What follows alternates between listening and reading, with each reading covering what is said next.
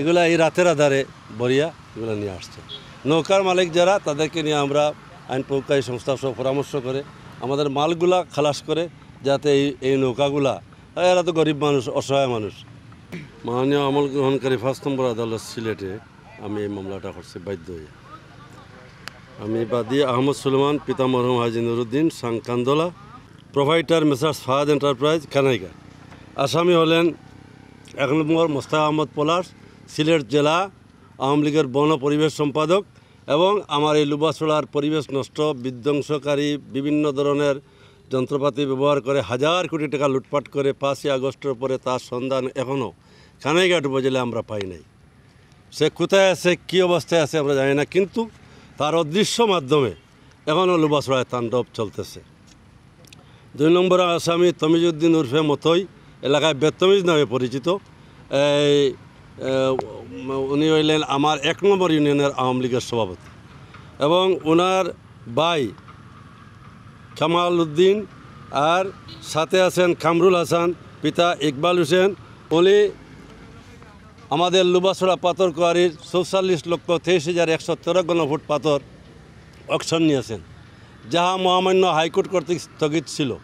এরপরও সেই স্থগিতাদেশকে অমান্য করে যে 45 দিন সময় দেওয়া হয়েছিল, সেই 45 দিনে যাওয়ার পরে 21 তারিখ থেকে পরের মাসের আপনার 21/6/2025 জুনের 21 তারিখ পর্যন্ত মেয়াদ ছিল 45 দিন।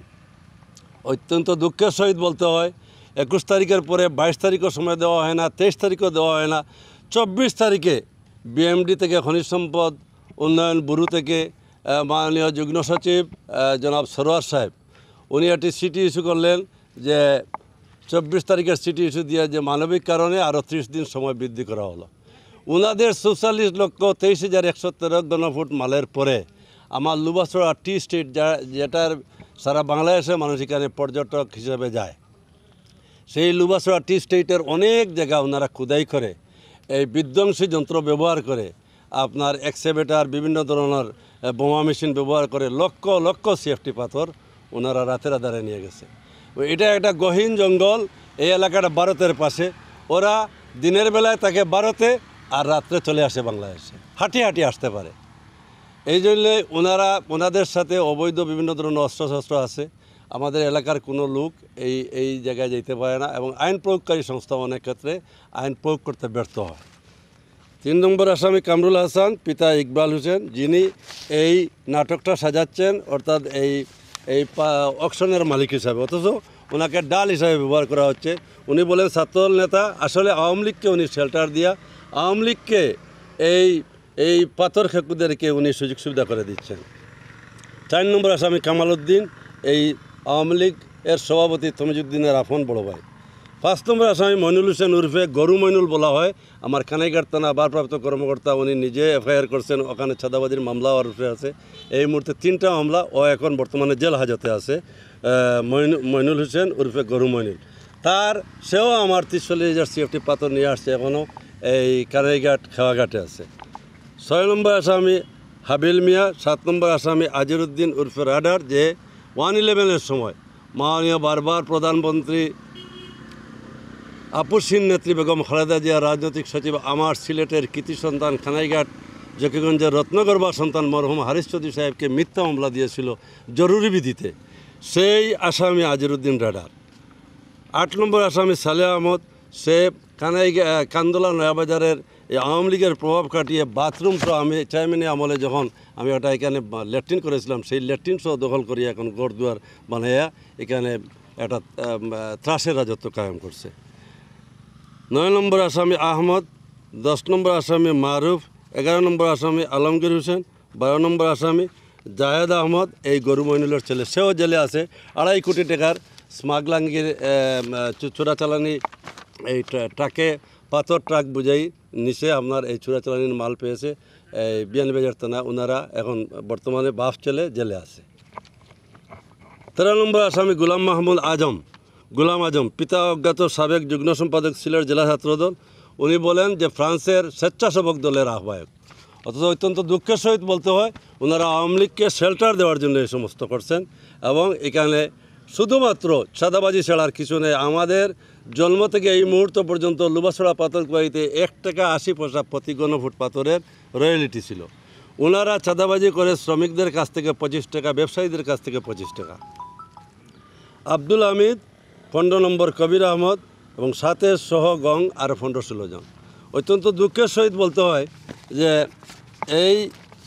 এই পাথর খেকুরা 5ই আগস্টের পূর্বে আমার বাবার পৈতৃক সম্পদ থেকে প্রায় 15 থেকে 20 লক্ষ সিএফটি পাথর নিয়ে গেছে। 20 থেকে 25 বিঘা জায়গা ওরা খুদাই করে নিয়ে গেছে। তো এরপরে আমি মাননীয় জেলা প্রশাসক মহোদয় বরাবরে আমি একটা দরখাস্ত দিয়েছিলাম। সেই দরখাস্তর প্রেক্ষিতে মাননীয় জেলা প্রশাসক দিয়েছিলেন এডিসি জেনারেল মহোদয়কে। এডিসি জেনারেল মহোদয় আমাদের কানাইঘাটের সুযোগ্য উপজেলা নির্বাহী কর্মকর্তা মহোদয়কে দিয়েছেন। উনি সহকারী কমিশনার ভূমিকে দিয়েছেন। সহকারী কমিশনার ভূমি আপনার মোহাম্মদ শাহিন কবির, ইউনিয়ন ভূমি সহকারী কর্মকর্তা, কানাইঘাট সদর ইউনিয়ন ভূমি অফিস, কানাইঘাট সিলেট। এদের কোনো দল নেই, সে পরিচয় দিতে পারে আমি বিএনপি করি, সে পরিচয় দিতে পারে আমি জামাতে ইসলাম করি, কিন্তু আসলে সন্ত্রাসীদের কোনো দল নেই। আমার আকুল আবেদন থাকবে প্রশাসনের মাধ্যমে এই সন্ত্রাসীদেরকে দমন করা, চাঁদাবাজদের দমন করা। যারা চাঁদাবাজি করতেছে, যারা 25 টাকা রয়্যালটি নামে চাঁদাবাজি করতেছে, ওদের বিরুদ্ধে বিহিত ব্যবস্থা গ্রহণ করার জন্য আমি আকুল আবেদন জানাচ্ছি। মেসার্স ফাহাদ এন্টারপ্রাইজ, প্রোভাইডার আমি আলহাজ আহমদ। এগুলো এই রাতের আধারে বরিয়া এগুলো নিয়ে আসছে।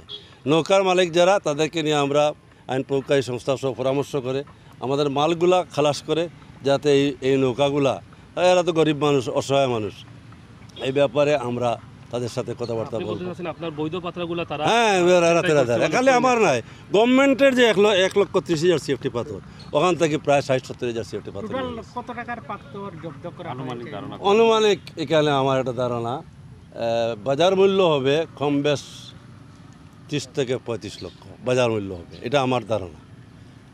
30 থেকে 35 লক্ষ টাকার মালামাল। আর আমি ব্যাংক থেকে ঋণ নিয়েছি, এক ব্যাংক থেকে 3,50,00,000 লক্ষ, আরেক ব্যাংক থেকে 60 লক্ষ, আলাদা ব্যাংকে 60 লক্ষ। এই ব্যাংকের টাকা এই মালামালগুলো চুরি করে নিয়ে যাচ্ছে। এটা একটা সংবাদ পাওয়া হয়েছিল যে এই মালগুলো চোরাই মাল, সরকারি পাথর চুরি করে নিয়ে আসতেছিল কানাইঘাট থেকে, লুবাছড়া পাথরকুয়ারি থেকে। ওই প্রেক্ষিতে এইগুলো আটক করা হয়েছে। আটক করার পরে জব্দ তালিকা বলে জব্দ করা হয়েছে, কাগজপত্র চাওয়া হয়েছে। তারা কিছু কাগজপত্র দিয়েছে যেগুলির ডেট এক্সপায়ার্ড, সেগুলি আবার পরীক্ষার জন্য আপনার কী বলে খনিজ সম্পদ যে অধিদপ্তর বিএমডি, সেখানে তাদের চিঠি দেওয়া হয়েছে। তাদের চিঠির অপেক্ষায় আমরা আছি। তারা এটা সত্য তারা টিম পাঠাবে, টিম পাঠাইয়া তারা এটা বৈধতা অবৈধতা সম্পর্কে তারা একটা প্রত্যয়ন দেবে, তার প্রতি আইনগত ব্যবস্থা নেওয়া হবে।